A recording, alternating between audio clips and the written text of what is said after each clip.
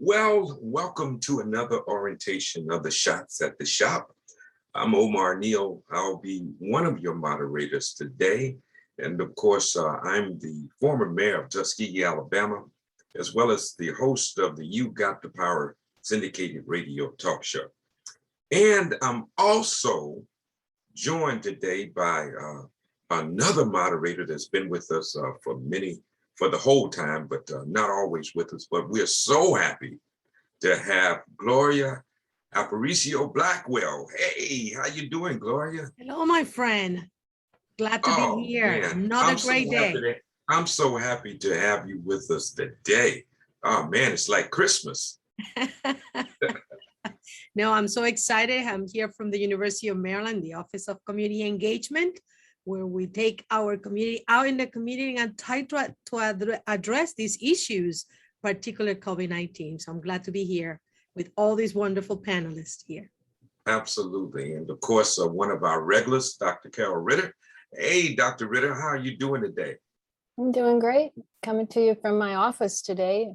I see you in your scrubs with your stethoscope and all of that, man. That just looks so, that looks so official. Proves that I'm a doctor, huh? I got my diplomas on the wall over there, if you don't believe it. Don't make me ask questions about my pain here and there. Absolutely. Well, we're so happy to have always Dr. Ritter join us. And of course, we got the man on the streets, Chris Sherlock Holmes, I call him.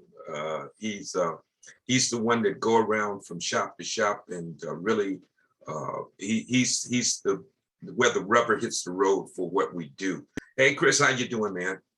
How's everyone doing? Thank you, man. How's everyone doing? Nice to see everyone. Good, good. And we're going in the shop today. Fred Spry, Fred has been with us from the beginning. And so it's always great to have Fred join us. Hey, Fred, what's happening, man? How you doing? I'm doing good, big brother. Thank God. I'm happy to be here with everybody. You need to go on. Absolutely. We love you, man. And every time we see you, we're just elated to have you join us anytime, right? Pleasure to be here. Absolutely. And Mike Dynamite Brown is hanging out with us as well. You'll hear his voice. You won't see him right now, but you'll hear his voice. Mike, how you doing? Hey, man, Neil, how's everybody doing? Everybody is wonderful, supersonic. How things moving? Like you moving like a wheel on your automobile coming to the ground in that DC town, right? Absolutely. Absolutely. Oh, yes, he does. Okay. All right. Okay, and we got Katrina Randolph, and they said she has magic with the hair. She's a magician with the hair, right? So hey, Katrina, how you doing? Hello, everyone. How are you? I'm behind my chair right now, but I'll be visual in a minute. Do what you do. Don't care about us. We're just happy to have you with us. And likewise. Of course, and one of our regulars, Aaron Perry. Hey, man, how you doing? Things are going well. I can't complain. Yeah, thank you guys for continuing to keep me in the loop with this. This is pretty amazing. I'm enjoying myself. You one of us, man. Talking about in the loop. You're part of us, man. Yeah, I don't know if you guys saw Good Morning America today, but they highlighted one of the barbershops in Milwaukee that's doing some vaccine clinics, and so it was a pretty good coverage. That's wonderful. Well, today what we're going to do is we're going to go over a few things, as you know.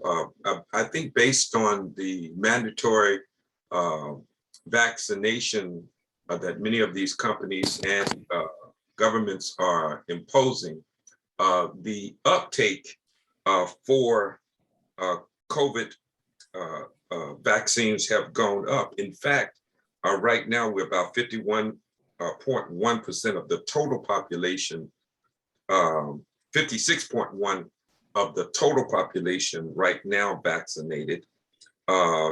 From age 18 to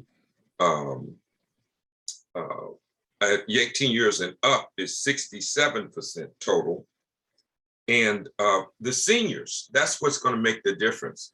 That 83.7% of our seniors are totally vaccinated.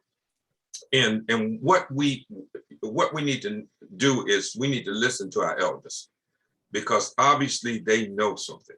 If older people feel comfortable enough to get the vaccine, then we should say, well, why are they doing it, right? Because they have, 65 and up, they are 83.7% vaccinated.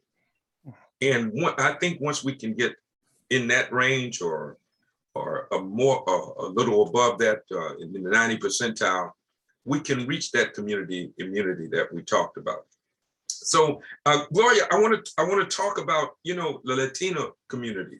What's the scuttlebutt in what's happening in the Latino community? Listen, and that's one of the areas that, of course, we got a good number of people that have been vaccinated, but we have another number of good people that are not getting the vaccine for many reasons. And some is with misinformation still hovering around, and some that are just reluctant to get the vaccine. So it has been an interesting combination here.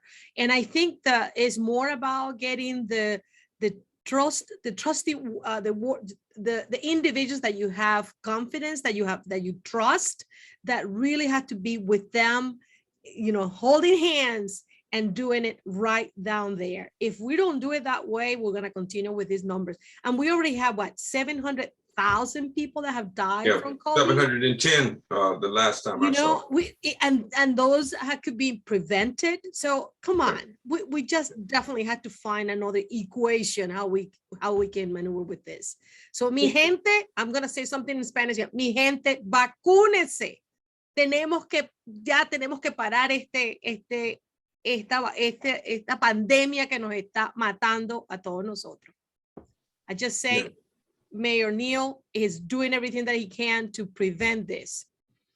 Yeah, let me say this. Let me tell you something that just happened just yesterday. I was getting ready to do my show. It was a lady that I was trying to get vaccinated. She lives in Pensacola, Florida, and she owns a shop as well. And she did not want to even engage in what we're doing, because she said she didn't believe in the vaccine and getting vaccinated. And so she thought it would be a little hypocritical to ask other people to do what she was not going to do herself. So she didn't engage. Well, she a month or so ago, she contracted COVID, was in the hospital for several weeks, but she got over it. But yesterday, right before I went on the air, she called the radio station and said that her sister just died of COVID. Yesterday. And so, the conversations in the house that could very well be, I'm not getting the vaccine. And then who knows, other people in the household say, well, I'm not going to get the vaccine. Yeah. Right. And so, but yesterday she called in to tell the owner of this station that her sister had just passed, like right when I was getting ready to go on. It's so sad, because one is, I know this lady, she's been an avid listener of the You Got the Power show for 30 years. And, and the hurt that she felt. And I'm going to call her, I'm giving her a minute to process this, but I'm going to call her and just virtually put my arms around her and tell her we love her, right? Because we need to, people are hurting. When people are hurting like that, there's no time to go to, I told you so, or that's not even appropriate. But what I don't want people to do is to let that happen to you. To believe that somehow, if not just for you, but for somebody that you love, that they go by your lead and they become vulnerable, and that they die because they were listening to you. Yeah, that's got to be just heart-wrenching. To lose a sibling is heart-wrenching enough, but to lose them for COVID on something that's preventable, that's even more heart-wrenching. And that happened yesterday. Let me tell you another case. Another friend of mine called me and told me that her first cousin, which was a male, is vaccinated, but his wife would not get vaccinated. Their family did everything that they could. They did a powwow, just please go get vaccinated. I'm not getting vaccinated. This became a religious thing that, Lord got me and all of that, right? Well, her funeral is Saturday. That's 2 cases in less than a week.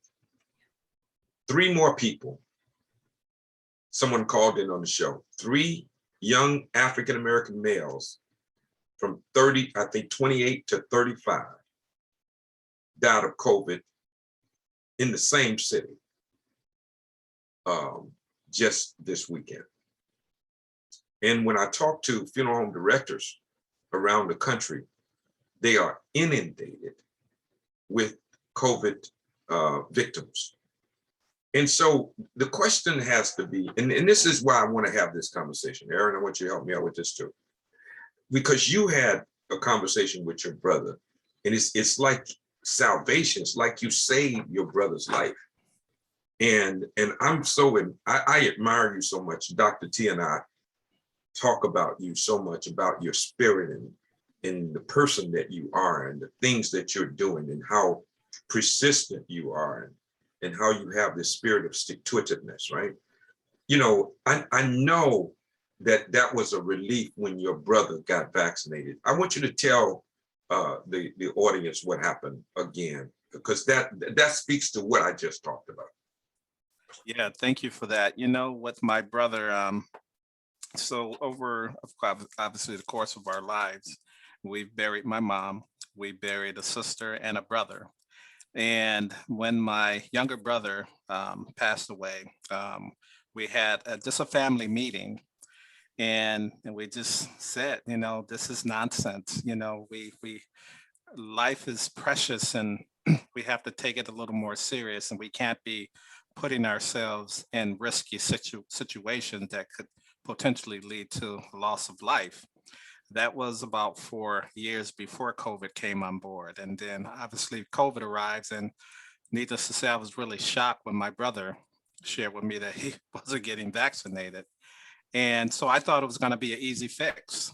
Oh yeah, I'll go over there, take him some lunch, convince him to get in the car with me. We're going to get vaccinated. It took 19 weeks of me working on my brother, pleading with him. I mean, I pulled out every stop, and I finally got to the point where, I said, let's go get some burial insurance. And that was a hard conversation. He was upset with me for a little while, but I stayed on it. And ultimately, he came around. The major concern was, and I'm just now learning this, is that his daughter and his son were also hesitant. They have been vaccinated, but now you got these babies in the house that remember granddaddy talking about not getting vaccinated, and some of them are not old enough to get the vaccine. They're between the 5 and 11. And already these babies are talking about they're not getting vaccinated. And so we really need to continue to have these discussions. You cannot let up. It took me 19 weeks to convince my brother. I did convince him. Now we're working on the grandbabies now. That kind of your testimony, I can listen to it 1,000 times because it speaks to the persistence that we have to have in saving our loved ones' lives.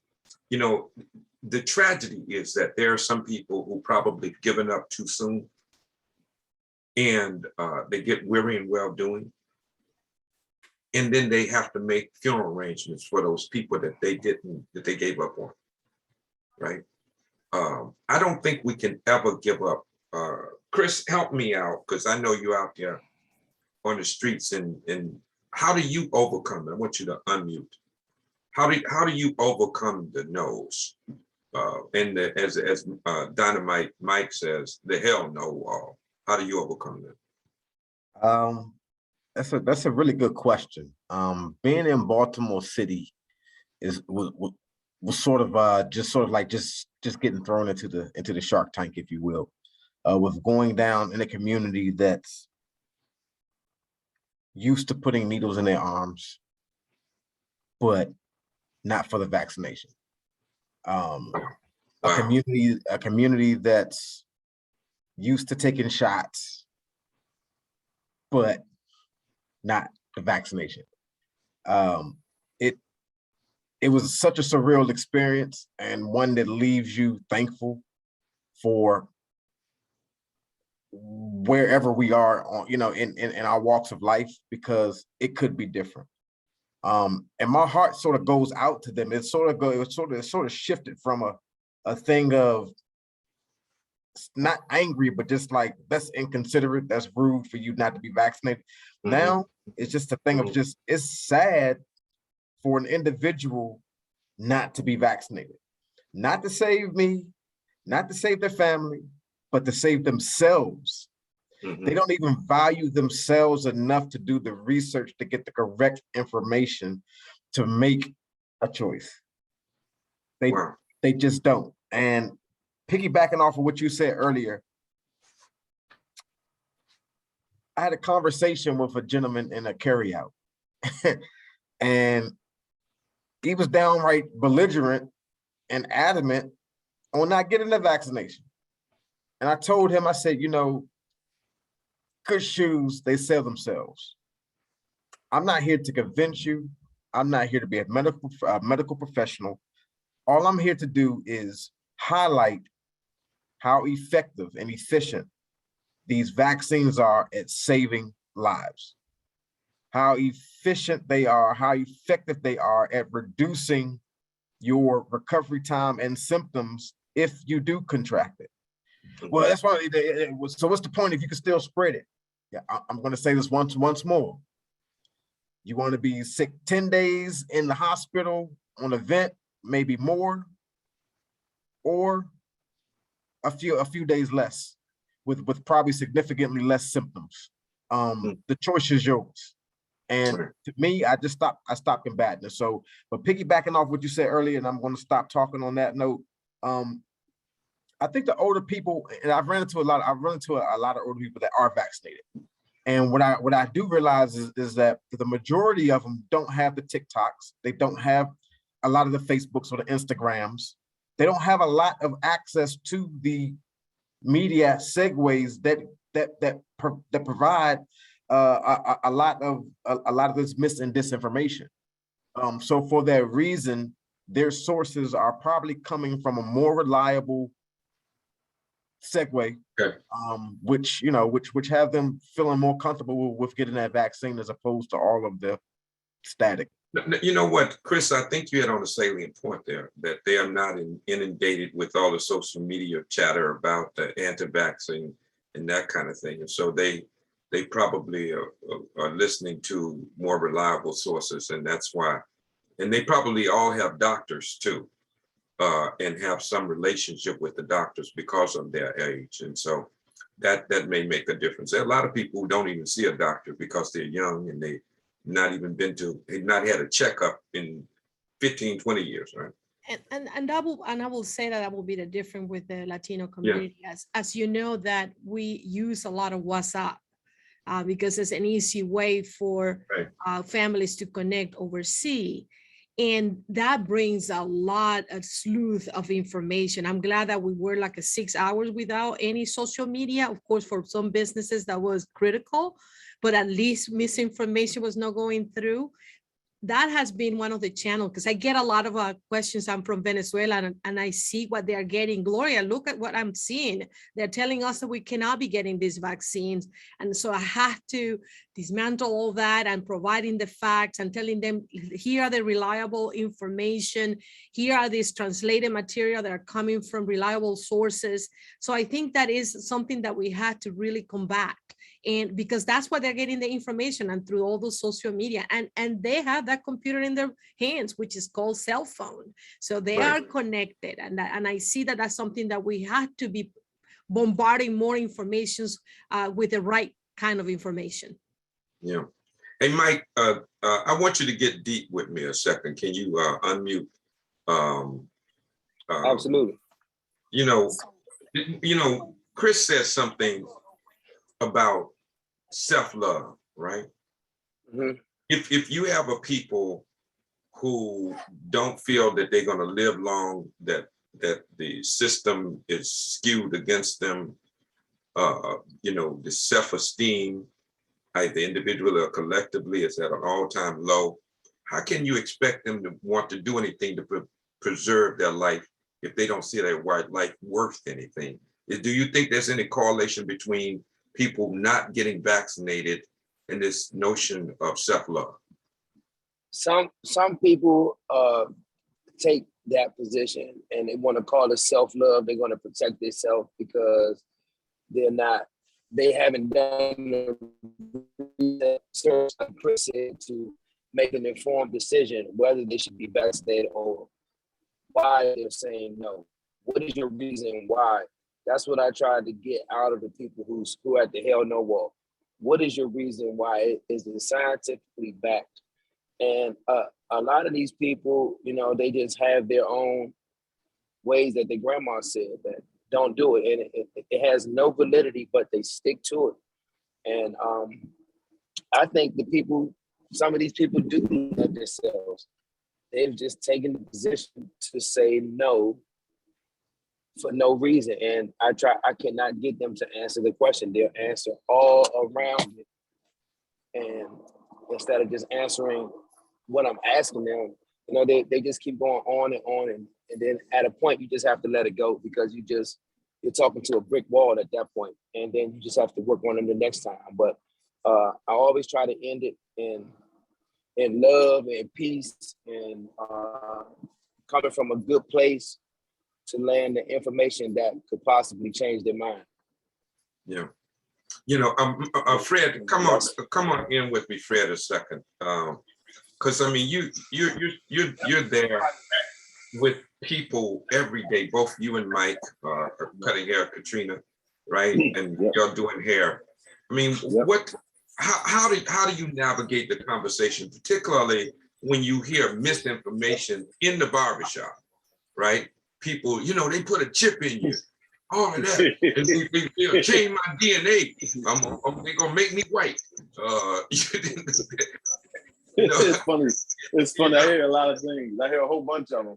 Tell me what you're hearing, and how do you steer that conversation? Because you don't want to run your customers away, your clients away, right? But you still want to make sure that you're not spreading ignorance in your shop.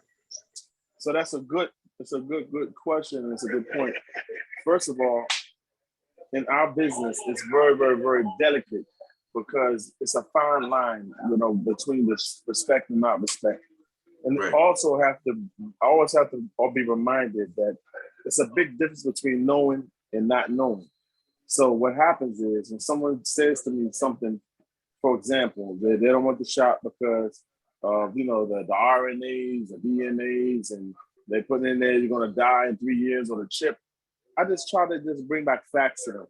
But the biggest enemy is the internet showing falsified information, and that gives you doubt. And once you get a little bit of doubt, it's enough to say, you know what, I'm gonna hold off a little bit long. I'm gonna wait and see if these guys I know took the vaccine, that they're gonna die or when they fall out. But the problem is they're still giving people the sickness, they're still letting the sickness, the virus mutate, and the things is just getting worse. It's like a tug of war. Self-fulfilling prophecy, right? That's right. So the biggest thing I do is just try to show them facts. And I would give them respect, and I say, I understand you don't want to take it, but just let me tell you, you need to take it, and I'm gonna tell you why. And a lot of times I'm very successful coming at them that way because they know that I'm not trying to force them to do something they don't want to do. I'm also respecting their decision because realistically, I believe they should be able to have the right to take it or not take it, but they need it. We all need it. So the point is, it's like, I love the fact that some jobs are requiring it. That's beautiful because people don't want to, when it comes down to messing with their money, they don't want to mess their money up. So in a lot of other things, they're finding ways to mandate it. But what I normally talk to them about is, look, you're going to end up having to get it anyway, sooner or later, first and foremost. And second of all, trust me, I got it back in January and, and I'm good. I've seen a lot of people that didn't get the virus, they didn't get the shot and they ended up getting the virus. And then, or they, like my buddy just left a little while ago, his godmother died from it. The whole family, they didn't want to take the shot. All of them were sick. And her son is one of my real good friends. None of them, he still didn't get the shot yet because they told me I had to wait because this is 2 months ago she died. He's about to get the shot next month or the end of this month. But the whole point is that when it's falsified information to give people doubt, it makes our job much harder. And there's a lot of stuff on the internet that we have, and that's been the biggest enemy we face so far. Thanks, Tom. Thanks so much, Fred. Dr. Ritter, I was always told that, when you want to get information, you go to the professionals. I mean, if I want to know something about plumbing, I go to a plumber, right? I want to know something about carpentry, I go to a carpenter, right? I want to know something about medicine, I go to a doctor, right? So I don't go to a plumber when I want to know something about medicine. Why is it your profession people are not listening to you all? As it relates, generally speaking, I'm not speaking specifically. Generally speaking, why have we left? Why don't we trust you all? We've been trusting you all the time. Now, why not on this one? Mm-hmm.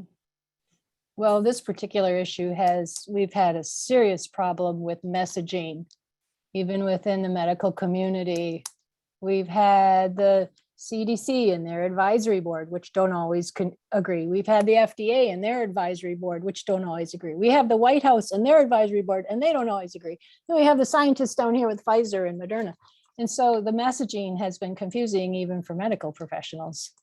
And part of that messaging is because we want to be transparent and open, but there's too much information. We have an epidemic of too much information on the internet.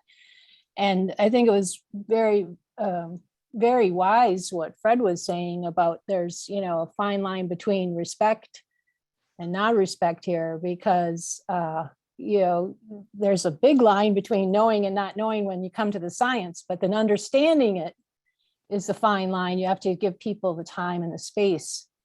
And what I've really picked up from Chris tonight is it's not as much about trust anymore with some people.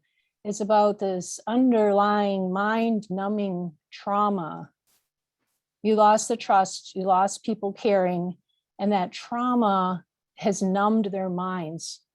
They don't have anybody who care about them anymore. So, there's a very sadness about that with, what you experienced down in the city of Baltimore, which is not everybody's reason not to get it, but that one tonight made it understanding. And when you come to a doctor, you don't always feel comfortable talking about your trauma, and your doctor doesn't have as much time to talk about that trauma. It takes a long time to understand mind-numbing trauma. And I think that's what we're seeing with some of the unvaccinated now. It's a hard work, but important. It's important conversations going on here. Dr. Ritter raises such a good point, and Chris as well. So I've been diabetic for 29 years. And one of the promises that I made my mom, because there was a lot of drug abuse in our community, and people were just, in the early, 70s and 80s, people were just dying of overdosing. But I remember making my mom a commitment that I would, for one, graduate from college. I would never drink, and I would certainly never use needles. And at the age of 29, I've been diabetic almost half my life now. I was diagnosed with diabetes.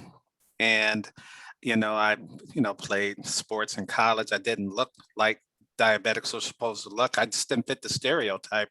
But I remember, excuse me, when I was in the ER, and the doctor came in and shared with me that he wanted to show me how to give myself insulin. And I said, well, what is insulin?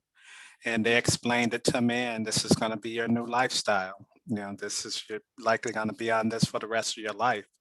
And I remember struggling with that decision, because the one thing that I promised my mom that I would never do, I now find myself needing to do it just to stay alive. And it was when you talk about, Dr. Ritter was talking about the trauma. I was traumatized for many years, just flat out refusing to give myself those 3 daily injections of insulin, to the point where I was literally killing myself. I was hurting myself. And finally, I just asked my doctor if I could speak to a psychologist. I needed help. And because I felt like using those needles, I was somehow upsetting my late mom, and I had to work through that. And finally, we got through it. When I reflect back on it, that was real trauma. I needed help with that. And so I try to share that with people, that I didn't know what was in insulin. I just knew that I needed to have it to stay alive. You look at what's going on today, you're hearing that, well, I don't know what's in this vaccine, but at this point, you're gonna need it to stay alive. Wow. That's a powerful thing, and that correlates with what we're doing here today. Nobody wants to get vaccinated. I mean, that's not something that people say, wow, I can't wait to get vaccinated. But you're doing it for a reason. You want to live, right? And I think that becomes the issue. How do we get people to correlate the vaccine and living? Because if they don't see the connection, then they won't just do it. You actually were told and were convinced by your doctors that if you don't do this, you're going to die, right? And it's unequivocal. You're going to die. And so because you wanted to live, one is you want to live for somebody. There's somebody in your life that loves you, right? And Chris talked about it, and Dr. Ritter reiterated it. And there's something we hadn't thought about as much, is that some people don't really have a support system. They don't know people that really love them unconditionally, right? They feel thrown away, they feel rejected and dejected, right? And so for those people, they don't have that will to live. And so therefore, anything to sustain my life is not really important to me, because I really don't care if I die. You wanted to live. And so whatever it took, even when you were, traumatized by the process, you worked through it because you wanted to live. Your desire to live was greater than the trauma associated with taking the needle. And that's what I'm trying to get people to, that space. I'm trying to have that conversation. Katrina, are you there? Katrina, are you close? I'm here. Okay, Katrina, you have been talking to people about this vaccine, and you've heard everything Fred talked about, Mike talked about, Aaron talked about, Chris talked about, Dr. Ritter talked about, Gloria talked about, I've talked about. You've heard it all, right? But you have been so successful. I don't know if it's your spirit. I don't know what it is about you, but you've been so successful in getting people past that hell no wall. And I want to know from you, just don't overthink it. What do you think? What's that formula? What's that it factor that Katrina Randolph has to make this happen? I think actually for me, when you're dealing with women is different from when you're coming from that perspective of dealing with men trying to encourage men to get vaccinated. Women are more, we're more vulnerable to listen and accept the fact that when you see other women leading by example, it's easier for you to make those decisions. And a lot of times we just have the dialogue, and I share information with them. And I always remind them, no, I'm not the medical professional, but here's the information you need to do the research to make the choice that will save your life. And if you're seeing this many people die in a pandemic, something you'll never, ever witness before, and hopefully you will never witness it again, you have to make the right decisions for you and your family. So I think it's easier for women when you're having those conversations behind your chair, as opposed to dealing with a brother trying to tell a brother to do something to save their lives. And when you're talking to women, they're more vulnerable to listen and accept the fact that you're leading them by example. Well, more is caught than is taught. People learn best by precept and example. So you are absolutely right. Gloria, this notion that somehow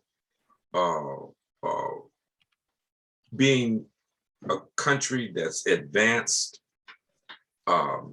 medical technology is advanced. We have an efficacious vaccine that is safe, right? Highly effective. But do you know more people have died of this virus than did in the Spanish flu of 1918? Exactly. Yes. How much advanced are we really? When you understand, more people have died now. Yeah. When I first heard about 500,000 people dying from the Spanish flu,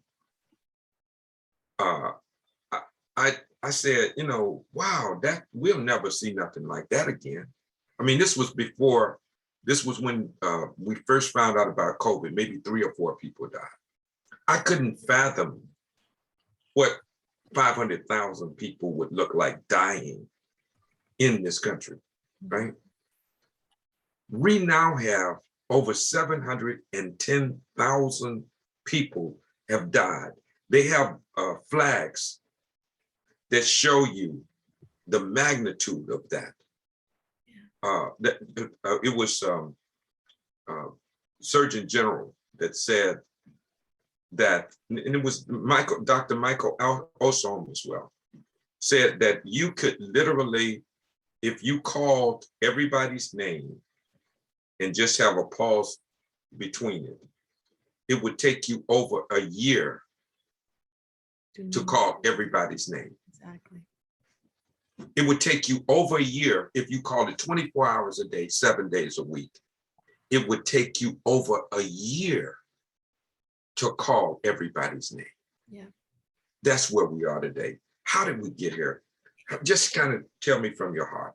Listen, and for us and for us in the immigrants that have left the country and now are here, that we feel very fortunate to have this, to live in this country. For all the things that are happening, this is kind of a jewel to be here. It's like a ticket of a success. And hearing phone calls from families, relatives from back home and telling me we cannot get the vaccine. Those who have money can come and travel here and get it. And that has been the process for many people coming from overseas. And here in the United States, we'll have people that are not taking it. For us, that's kind of unheard of. We cannot understand what is happening. And it's sad to say that has become so political, and that's basically what is driving this.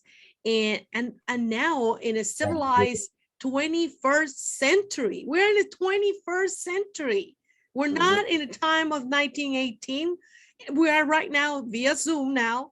I don't know how they did communication at that time, but thank God we have something to communicate. But not getting the vaccine, and there are countries that they will not be able to get anything years to come, and we have it here at every corner of the street. Right. Years. Go ahead, Gloria, continue with your story. And one thing that I will say though, I can see that one of the challenges that I feel is that we don't advocate for preventive medicine. We're always in the reaction mode. And that's the reason what we're seeing, what preventive medicine can help us in many fronts, not just with this, but with other diseases like we're talking about diabetes, and all of those that can be preventive. But we don't do that. And we don't have doctors that really take time to really listen, because we're like a 10 or 20 minutes, next. So we're just going with exactly what the person is, and that's it. But we're not going out into the communities. We're not building those relationships. That is what it's going to take moving forward. And I hope we learn from these lessons that we need to build those relationships with the community. We have to get the professionals out of the ivory tower, what I usually call, out in the community. Because if not, we're going to continue having these issues for years to come. You know, Gloria makes a great point, Dr. Ritter. You know, you talked about it before, that when you open a vial of a vaccine, you have so many shots in it. And the tragedy is that many people are throwing away vaccine now because it's expired, right? That's got to feel bad, knowing that what Gloria's saying, that people in other countries can't even access the vaccine, would do anything to get the vaccine. And many of us are just wasting it, having to throw it away because it was not used. How does that make you feel? Oh, almost sinful. Right. I grew up with that, mortal sin, venial sin type thing, but it doesn't feel good. And we try as much as we can. In the beginning of the pandemic, we'd go out on the street and say, hey, I got extra doses. You can't do that anymore because it just doesn't work. So yeah, there's a lot of waste, incredible waste going on now. And now we have the boosters. So, it's getting a little bit better now because I can use more of the vial on people getting boosters, because if they got the first or second dose, they will get the third more than likely. But I want to make a point when you said, this is, people who said this is just another flu. Well, the Spanish flu was one season. That influenza virus is a seasonal virus. And 500,000 people died with one season virus. This is all seasons, girls and boys, 4 seasons times 500,000. If we didn't have the vaccine, we're looking at 2 million people dying. Wow. Right? Because it's 4 seasons, not one season. Right. And the doctors Never thought about it like that, Dr. Ritter. That makes a lot of sense. So there are technically more people. If we didn't have the vaccine, I wonder if we can quantify, right, how many people would have died if we did not have the vaccine. I wish we could figure out a formula for how many people were saved. Wow, that would be deep. Go ahead, Dr. Ritter. I didn't mean to stop you because you made a stating point. We don't know how many people would have died. One of us could have died. We don't know that. Easily. I mean, in the beginning of the pandemic, we didn't know really how it was transmitted. So we know a lot more. We know how, to get monoclonal antibodies. But in the beginning of the pandemic, I was pretending that I was in a OR doing sterile technique for 24/7, washing my hands, donning and doffing, washing your hands and keeping it sterile and it's exhausting, right? And so it's like, luckily we don't have to worry about touching the table and getting it now, or touching our groceries and have to, so it's got a little bit better, but I know how to keep myself sterile, but not everybody does. Not everybody has that opportunity. So it's if we didn't have the vaccine right now, I probably would have gotten it, because I've just been exposed to so many people. And 50% of the people who get the virus have no symptoms. The other 50% is very nefarious. They get sick and half of those people die. So it's a very Russian roulette virus right now, and it's constantly changing to get the most vulnerable, and the most vulnerable, are turning out to be our children. And that's what's really scary, because the 1918 pandemic got the children and the young ones first. This one is turning into that now. Chris is dying to say something. No, go ahead, Chris. Hey, Chris, the other thing is too, man, you're part of the panel. Anytime your spirit tells you want to say something, just jump in, man. I want you to feel that way, right? You know, don't want to cut anybody off. No, that's fine. This is conversational. And Aaron, you know how we are about this, man. This is conversational. Whatever your spirit leads you to do, that's what we need to hear. Because not only does the creator prepare the speaker, he simultaneously prepares the listener at that moment. So go on and follow your spirit. Well, yeah, I was trying to practice my active listening, so I've been taking my notes over here, active listening to everyone's comments. And I just have to say hats off to everyone who spoke, down to Mr. Perry, who shared that connection to the trauma. And you never know what people are going through. So that was really imperative to put me in that thought and that mind process for when I am speaking to individuals. Is you never know what they're going through and what their reasonings are. And Dr. Ritter, maybe I heard it so much in Baltimore that it just really didn't kick in, but you hit it on the head. We heard so many times is they don't care, and we're asking who they are, and the response was the government. So it appears to me a lot of the mistrust is partially leaning toward the government, and the other half is leaning toward the medical professional and the medical fields. To Ms. Katrina, you hit it right on the head. I put a link over in the chat for KFF. That's one of my resources I use when I'm trying to find out statistics or tracking something. And I just looked it up, and males, 69%, females, 74%. So you can see the stark difference in the comparison that you were alluding to, that females are probably easier, are more approachable and will accept information before males based on the number. Yes. But I think Miss Gloria really drove home the point when she highlighted the political things that are going on. When you look at the numbers, 58% Republicans vaccinated, 90% Democrats vaccinated, based on the KFF. So there are so many. If I look at KFF, I can see so many. I can see gender wars. I can see ethnicity wars. I can see age wars, religious wars, political. There are so many different boundaries and hell no walls that we have to knock down, that when we get one wall knocked down, boom, another one is put back up. Just as Dr. Ritter alluded to, we don't have to wipe down the groceries anymore. I can remember back a year, things would sit outside and my mother would literally wipe down every bag handle, take every content out, wipe. Why? Because I can't say mis or disinformation, it was just too early to know, but what we were hearing was wipe your groceries down. That's all we heard, wipe your groceries down. Now that is faded, there's some people that probably still practice that, but the comparison of information that's pumped and circulated for that particular time period right now, the don't get it is outweighing the get it. I don't know where or why or how they're getting it, but this battle is just beginning.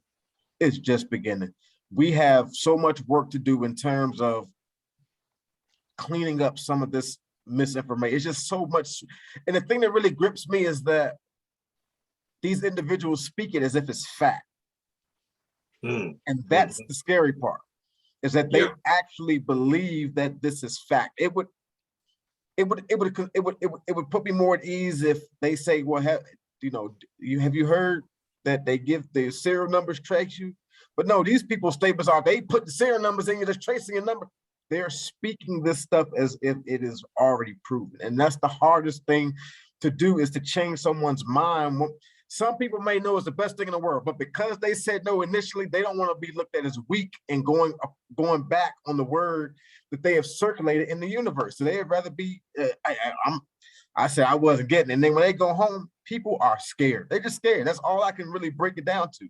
They're just scared. They don't know which vaccine to get. They don't know how long it works. They don't know if it worked. They just don't know. They don't know what's in it. And so when people are scared, nature abhors a vacuum. So basically, if you don't, the way that we are wired, if we don't have any reason or anything behind it, we're gonna typically fill that in with something negative. Wow. We're gonna fill it in with something negative. And unfortunately, because there's not enough correct information swirling around, is the disinformation is outnumbered. And so Well, I think the question has to be, why is it that we have allowed disinformation to override correct information? That means that the people who have correct information are not as out there or forceful, right? Right? Is that right, or just people gravitate to disinformation more naturally? Which is that? I think it's a matter of catching up to the speed of technology, where people can get things out quicker than we could even catch and know what's going on. Where they can. Well, we have the same technology as they have, Chris. I mean, I have a cell phone, I have Instagram, I have Facebook, I have Twitter. I have the same thing. I think the point of the matter is we got too many people who have not promoted their protection. There are some people who have been vaccinated and nobody in the community know they vaccinated. That's an influencer, right? And we need to be more out there with that. Ms. Bailey, are you there? Can you speak? Ms. Bailey, can you hear me?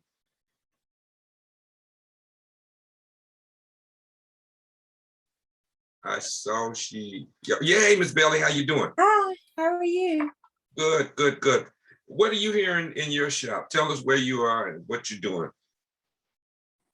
Well, as Chris stated on yesterday when he came to the salon, we were having a conversation, and the gentleman stated that it would be a barcode in his arm. He was pretty much afraid of the vaccine because he don't want the government to track him, if that makes sense. I mean, no, this is what's tracking you, fella.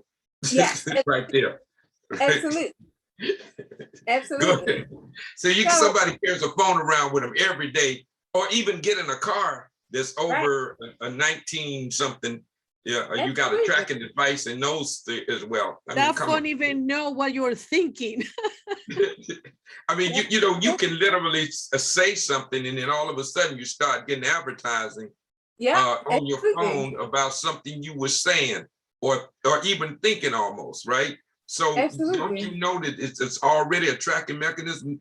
Absolutely. They don't use liquid to track you. Go ahead. Absolutely. Go ahead, Miss Bailey.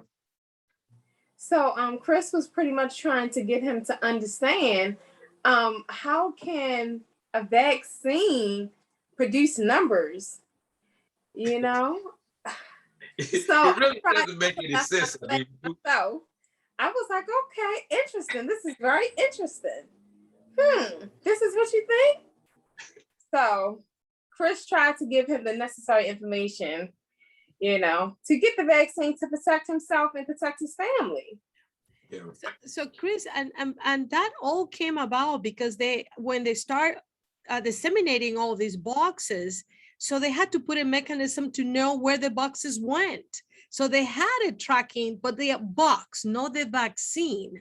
And that was what got on into people's mind. You know, the tragedy. Go ahead, Chris. What you say? No, I completely agree. And the gentleman who we were interacting with, and by the way,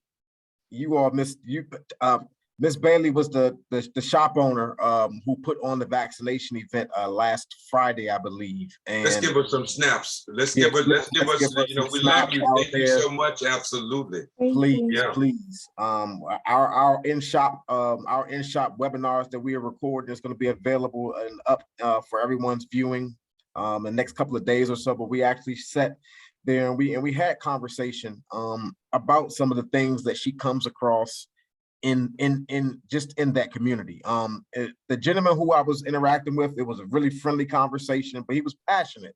And I felt it funny because I thought there was one reason that he wasn't getting the vaccine. So we attacked that one reason. By the time we finished, there were about 4 or 5 different reasons that he was not getting the vaccine. So none of them were actually making sense. And my challenge was just make it make sense.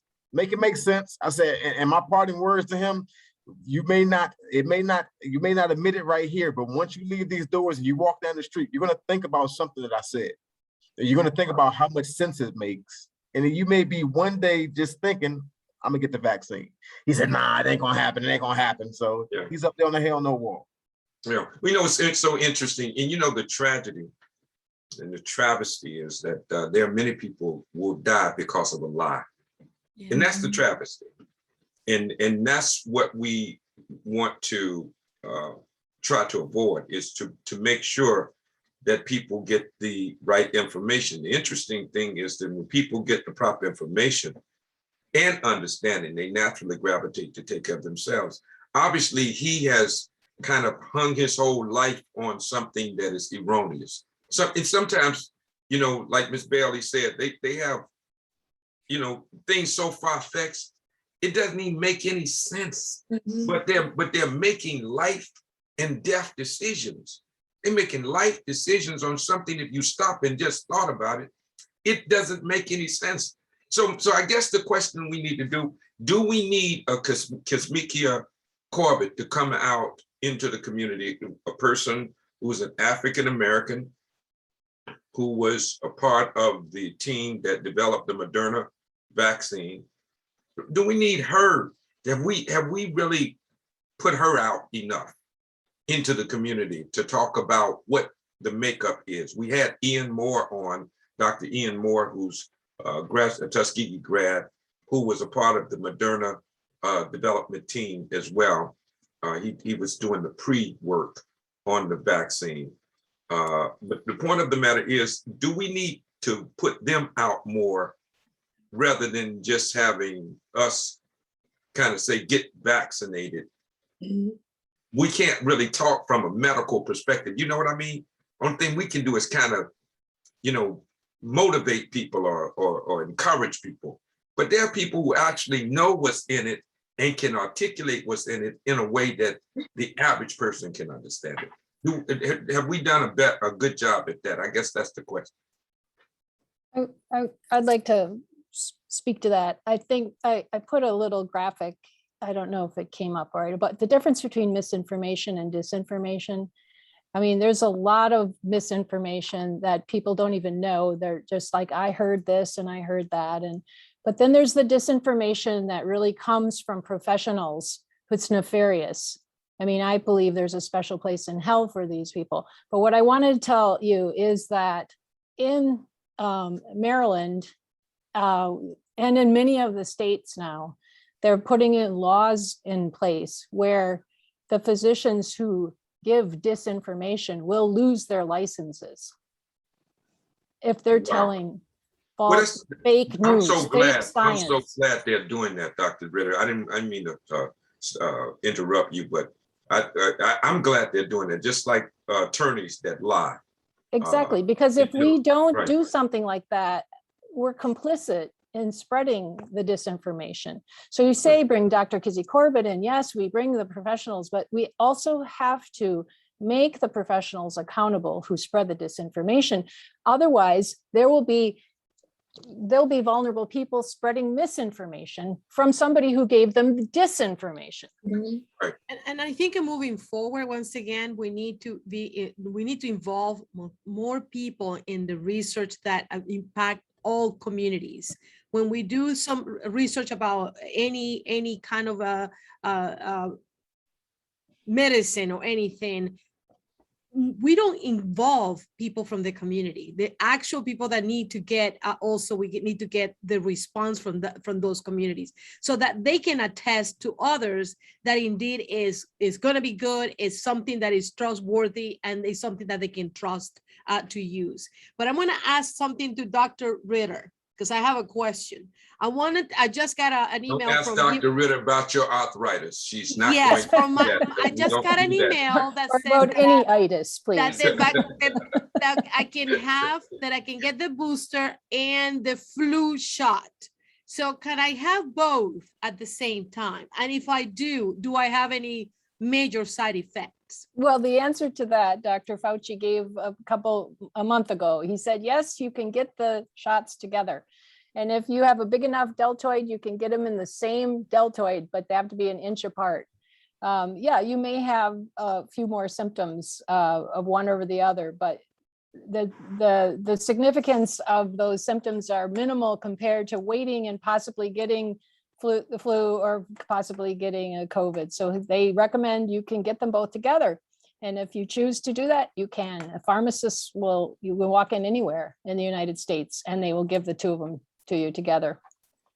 So technically, basing what you're saying is that now that we have the flu season upon us and the symptoms are very similar between COVID and the flu, you can think you have the flu and have COVID, or have COVID and have the and have flu, the right? flu, right? Yeah, So and now this even more more reason compound. to get it. Big difference. Right. So you have to Yeah. pay for your flu shot. You don't have to pay for your COVID shot. Oh wow, isn't that something? Yeah. Yeah, wow. That's And something. the same with the test. The COVID test is very hard to find COVID tests now. Because of course the numbers are increasing, I believe. So that's something that we need to be kind of we're cognizant that sometimes you might be getting a false positive. And so if we get a positive, is it wise to go back and do it again and make sure that indeed you have COVID? What is your suggestions on this? Dr. Ritter, you're the only one can answer that question. I mean, so I don't know why you hesitating. I'm sorry. I really, you know, you're the head of the class on this particular. you can answer it. You can answer it, Mayor Neal. No, you know, that's above my pay grade. No. The point of the matter is, I think that we need to put out as many home testing kits as possible, right? Yeah, we because have we know them. we know we have them. We could literally proliferate home testing So when we kits. got up to church on my cousin, my first cousin died from COVID last week. Who is talking? Hold on, And, hold on a second. Let me the put woman stood up in the funeral said, the what? "Heck, yeah, COVID. Won't nobody say it. I won't say it." She said, Dalvin, we lucky we only here for one funeral because he affected 8 of us. And she said, he the only one that died. And we lucky. She said, we ain't wishing his death. She said, the COVID vaccine with drugs, let's show him how to take it. Yeah. The doctor told him he had COVID. He told the doctor, he don't know what you talking about. I got a vaccine. I got a sinus infection. Sales don't get COVID. They don't up there, he died. And I don't know if Toby know he's on the air, but I'm glad you're telling me. Cousin was up there. He had that long hair. I'm glad that Toby just having a conversation. I'm glad when we hear this. I was wondering where that came from.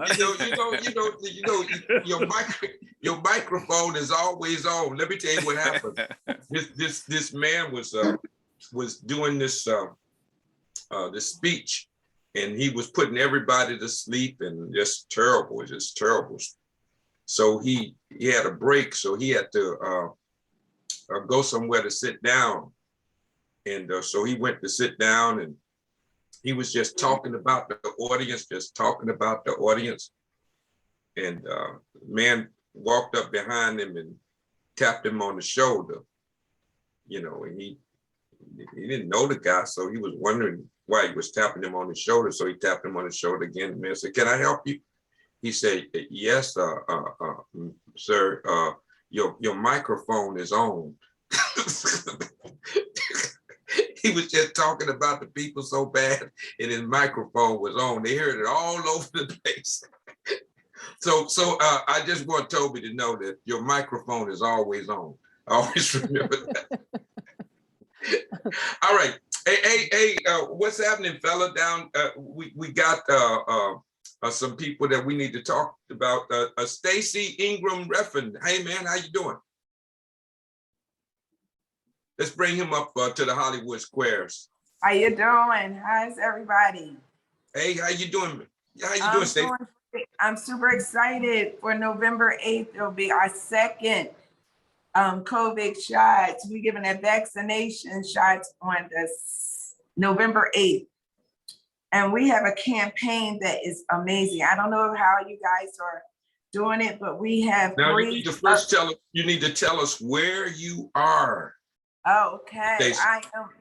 I am in Montgomery County, which is in Philadelphia, right outside of Philadelphia. Okay. And we are at Pennsylvania. Yes, yeah. We're at Rejuvenate. Sandy is one of the people that work here with us.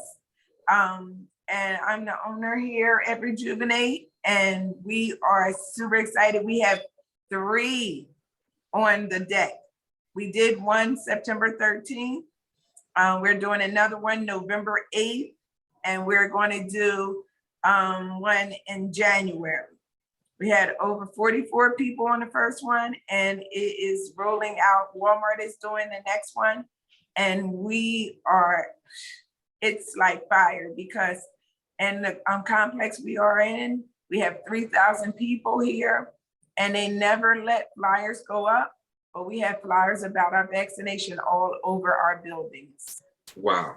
So we are super excited. Wonderful.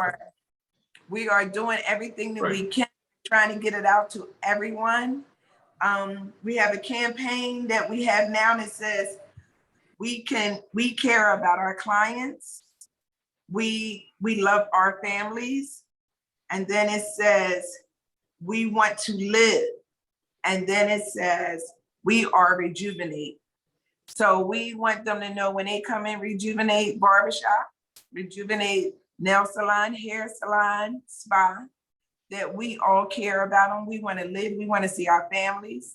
So we want people not to be afraid of getting something with all of this misinformation out here. Like I say, if anybody got the shot, it wouldn't have been me. But I was out there 5.5 hours when it was freezing cold. I almost lost my toes and my fingers. And I never swallowed a pill. I don't take any medications, never did. And I got the vaccination. So I tell everyone, don't be afraid. So we are really campaigning like, I can't even say it anymore, because I just try to get people just to open their eyes and their minds. Because I have a close friend right there in Maryland, right outside of Maryland, 55 years old, track runner. I'm into sports. We have a fitness center too. He died. He was on a ventilator 4 days. Kevin, he died just last week. We buried him. And he said that it was the white man's disease. The white man's trying to kill us. So he said he wouldn't let nobody in his family get it.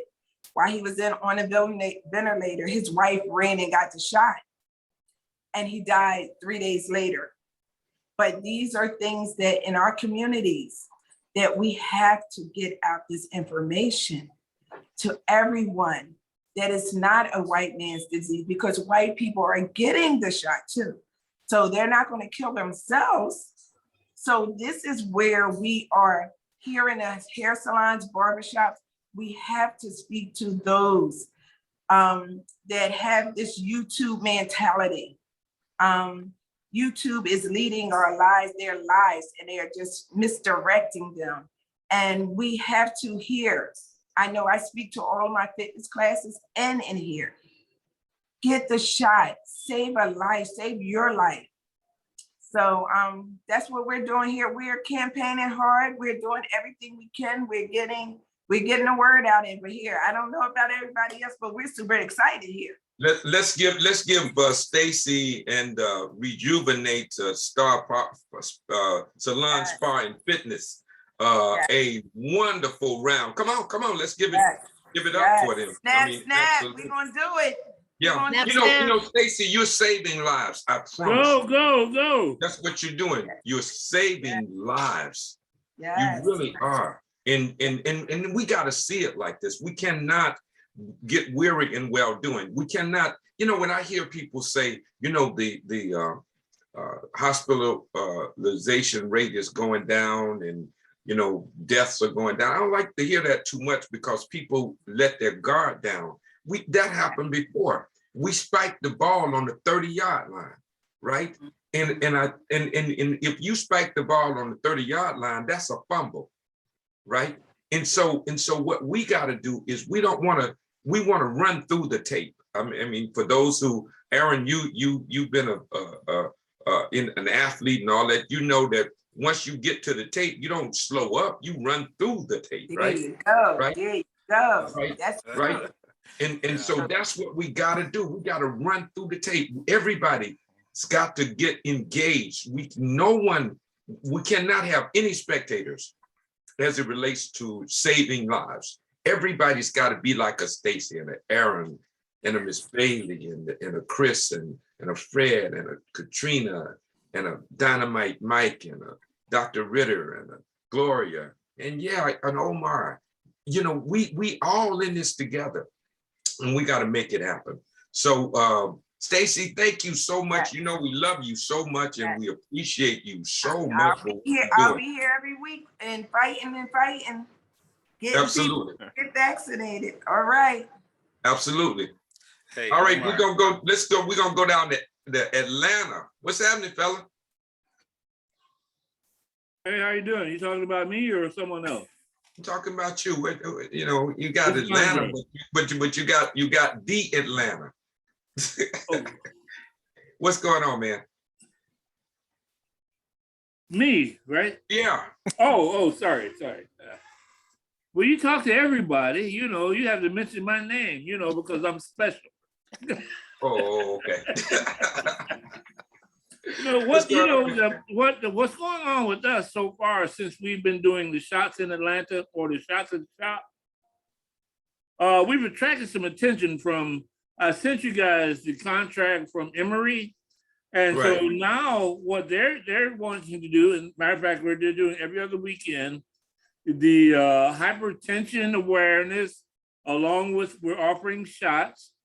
And now they're including the AIDS awareness, that all this is also awareness at the barbershop and tests at the barbershop. So this is something that apparently they hadn't looked at before. And since we started this, they wanted to jump on the bandwagon. I don't have a problem with that, of course. Mm-hmm. And so it's an ongoing thing. Now, I did want to ask you guys a question offline, but I'm not sure how they're getting contracts from the government. They're getting sponsorship. I'm wondering if I can get a couple of dollars out of the deal. So I'm just saying. Well, if you have not because you asked not. Well, I'm sorry. My name is Andre Russell. You don't think I've already? Andre, I know who you, as they say in the hood, I know who you is. Yeah, Omar, if I could respond to that. Yeah, because this is growing, and for us, it's one of those potentials that we can see it's going to turn into something else, because it's Emory and the health department. And now we've involved more than one health department. There's DeKalb County, then there's Atlanta. You know how everybody wants to be a part of the awareness campaign. Right. So what we're doing, Andre, is this: we're building an infrastructure, right? And it's almost like when you put the IV in, doc, right? Then once the IV is in, you can always put different medication in, right? Once you put the IV in, right? Right. Well, the barbershop is the IV into the African-American community. Correct. And so vicariously through, right, that IV, we can put medicine in to heal the community. Mhm. That's what it's about. Yeah, Aaron, and you want to say yeah, because go ahead, Andre. Wait 1 sec. Oh, I was going to say the monetary is not necessarily my primary concern, because to us, it's all about trying to save lives in various situations at this point. Right. Because the high blood pressure is also a problem in the Black community. And from what I understand, the HIV is also a problem within the Black community in Atlanta. Especially, and diabetes. So all these campaigns are coming on board, and I'm glad to be a part of it. The biggest thing is we got 4,000 square feet in our shop that they can use. So, but I need more barbers, of course. But but well, you're doing an excellent job. To us, it's a contribution, and it's one of those things where eventually they'll make note of shots in the shop. It's got to come back to that where it started. It has to make the full circle. It has to do that, and that's what we're looking for. So, and I'm glad people are coming by. Now, don't get me wrong. This is not something that's immense. We're talking about little by little, a few people this week, a few people next week, if you understand what I'm saying. Well, one is, how much is one life? I just want you to ask you one question, Andre. Well, I've got four sons, and each one of those guys are a tremendous value to not just us, but to the community, because we put 4 sons through college. Oh, by the way, let me just say, but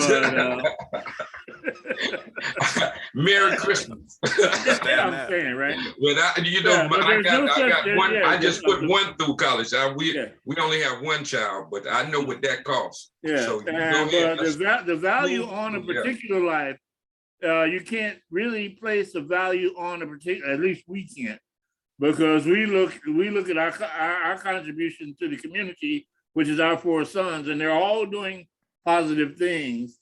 The 2-3 of them got masters. One of them's working on a PhD. Of course, they haven't given us anything lately, but it's just... Yes, they have. When they're not asking you for something, a penny saved is a penny earned. Okay, so okay, now I'm going to write that down. But the value of lives has one of those things where it's intrinsic with everyone. We've instilled that to them as well. They see what we're doing, and they're making small contributions, and we appreciate everything that's going on. And I thank you guys for turning us on to this, because shots in the shop, where the hell did that even come from? I don't even know. My wife came up with you guys. So but I'm totally behind it. It's working. It's working well. We're doing something positive. And now, now it's growing. The people at the airport, when I presented to them, now they're coming back to me saying, now, what was this about the shots in the shop thing? Yeah. But, just make sure you tell them it's shots at the shop. In the shop, at the shop, come see, come slide, but just kind of close, all right. At least you're in the ballpark. That's kind of why I show up every week. Yeah, that's right. I see Atlanta is in the playoffs, right? So y'all made it to the playoffs for the baseball, Atlanta Braves, right? Well, but I'm a football kind of guy, so. So I know you don't like the Falcons, do you? Oh well, I don't dislike the Falcons. Well, then if you don't dislike them, then you're probably disappointed most of the time. So you do because I look at the Falcons and then I turn around and see what the Hawks are doing. So thanks guys. I didn't want to distract you guys. We love you, Andre. We love you, Andre, and it's always love you guys too. Always good to have you. Aaron, you want to say something? No, Andre just raised a couple of really good points. Something that we all need to be cognizant and aware of during this time, because what the shots, at the shop, what that has done is kind of given people an entry point into the shops, where people typically didn't know how to knock on the doors and invite themselves in. But what we have to do is just be careful, because some of our communities are not very large in terms of the African American community, because there is a such thing as fatigue. And we can't fatigue the community by throwing so many things at them. So now we have, obviously, we're working on getting people vaccinated. But then you have folks coming in, oh, we want to do this and we want to do this, and it's pulling away from the message. And so just to be mindful of that. Diluting, you see it in a way it's diluting what we're doing, is what you're saying for right now. Yes, we want to keep the focus out there. And Andre, I would say, if they really are knocking on your door, ask them to pay your rent for a year. Oh, I'm sorry. That came up 2 weeks ago. I love it. So yeah, I have no fear, but I do understand the part about diluting the idea, because what we're doing now is not so much as talking about vaccinations. However, we're putting out the information about the vaccination. So when the people come up and ask questions about our blood pressure, say, oh yeah, by the way, have you had your vaccination? We don't press it. You know what I'm saying, or anything. So, but it's there, and then we got some handouts, which I got from Dr. T and you guys. So man, you know, Andre, man, you just you're incredible, dude, man. We Dr. T and I talk about you all the time, man, and what you're doing down there in Atlanta, man. We love you. So sure you are. Yeah, absolutely. Yeah. All right. Can you all imagine we got 9 minutes before we gotta go? Gloria, you're my co-host and co-moderator. Come and tell me what you're thinking, what you're seeing. Time goes so fast when we're having some great conversations, so much information out there, and thank you, all of you, for sharing your story. You don't know how much that is going to be getting to other people, that perhaps they will be changing their mind and getting the shot. So that's something that we will love to see more. And I'm so glad that I'm working again with you and having all these wonderful people all over the place and sharing the good news. I know there is a challenge out there, but hey, with a smile, we had to go through this. We have made it. We're here. We're still here. So I guess we're doing something good.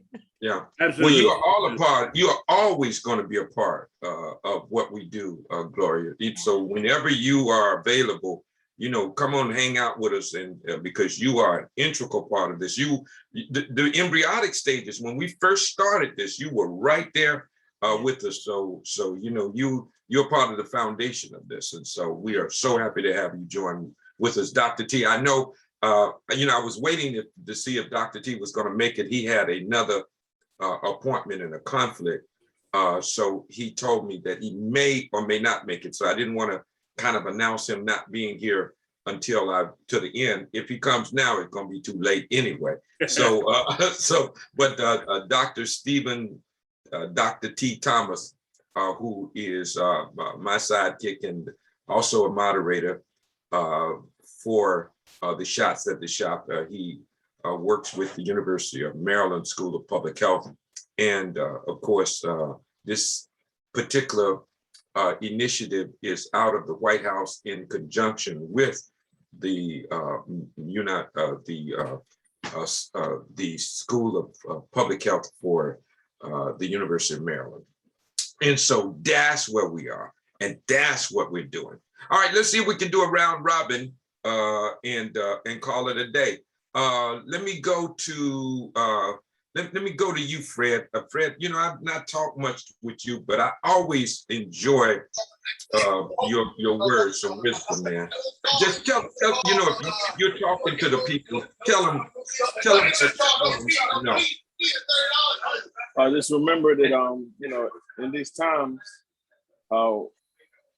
it's times of tragedy, it's times of, you know, of desperation, and we need people to be on board. Getting people on board is more difficult when the relationships are not established. I picture with relationships like I do bank accounts. What you put in is all you can take out.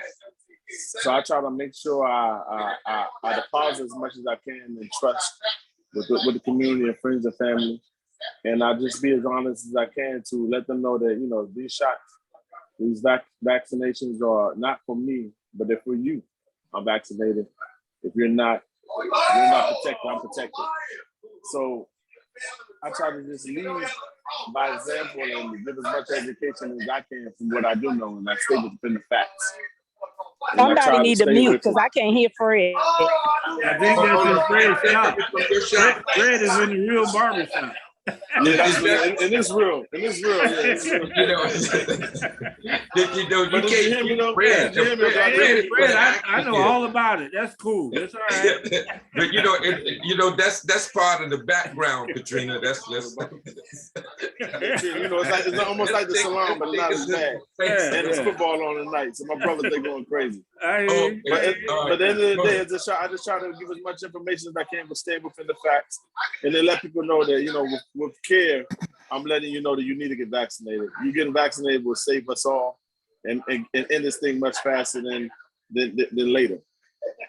Thank you, man. We love you, man, and we appreciate you so much. Love you too, big brother. All right, okay. All right, Katrina, I hope you are in a more quiet place than Fred. But what's your thoughts for the night? You know, I mean, what we do is we try to tell people, you know, we try to leave them with something that they can take, a nugget that they can take to the next time we meet again. What's your nugget for the night? Katrina, are you there? I lost Katrina. How did I lose Katrina? I don't She see talked. Katrina. She talked about Fred, and then she disappeared. Right. All right. All right, Aaron. What's your nugget? You always have something profound to say. Yeah, you know, I saw this post on Facebook. When I guess we're friends, but this young man posted that he was running with his headphones on and he was listening to the song by Eric Roberson, Lessons. And he said, as he's listening to this, he decided to share that with his family, all the people that were not vaccinated. And this brother made this really beautiful connection to that song. And so the reason I kept turning my camera off is I was listening to the song, but a couple of the lyrics, it says, not about the past, it's about the present. I realized everything that let me down led me to you.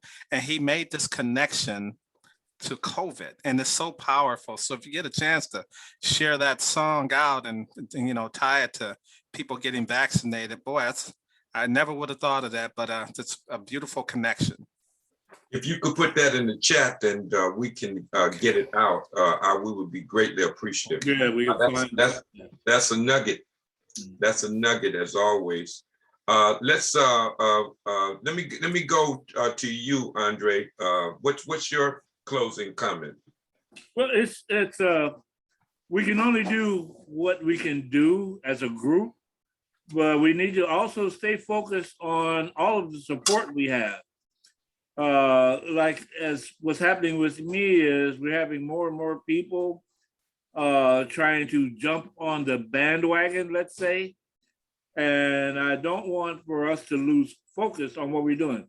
Like Brother Aaron was saying, we can't give everybody too much information because they're just getting to the point where they're getting just enough information. And that's kind of where I am or where we are here. And because I really need you guys, I can't blow this away. And I don't want to grab too many things without sharing it with you guys on this weekly basis. So you could actually tell us, you're getting too involved with too many things. And that's where I'm looking for just a little guidance on occasion. Well, you know, we love you, man, and we appreciate you so very much, man, and safety to you and the family in the ATL.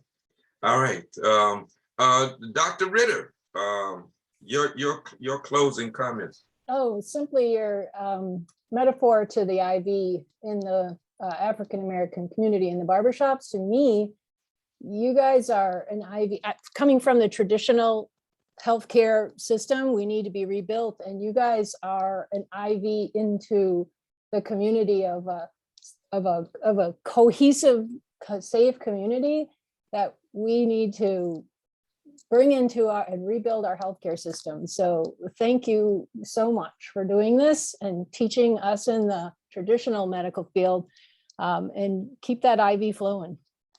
Absolutely. Thanks, Dr. Ritter. We certainly appreciate you. One of the staples here at Shots at the Shop orientation. All right, Chris Sherlock Holmes. Sure thing. As we close up and come to an end, unfortunately, we all know what in the barbershop, everything goes on in the barbershop. You can find someone coming in selling deodorant, selling shampoo. You get food from the barbershop. You can get people come in the barbershop and it's just a gold mine in the barbershop.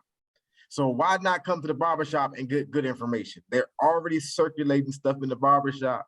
Who would think to go outside the box and do it here? So I'm gonna pick off a little Miss Gloria. I've been hearing a lot of involve. We have to involve.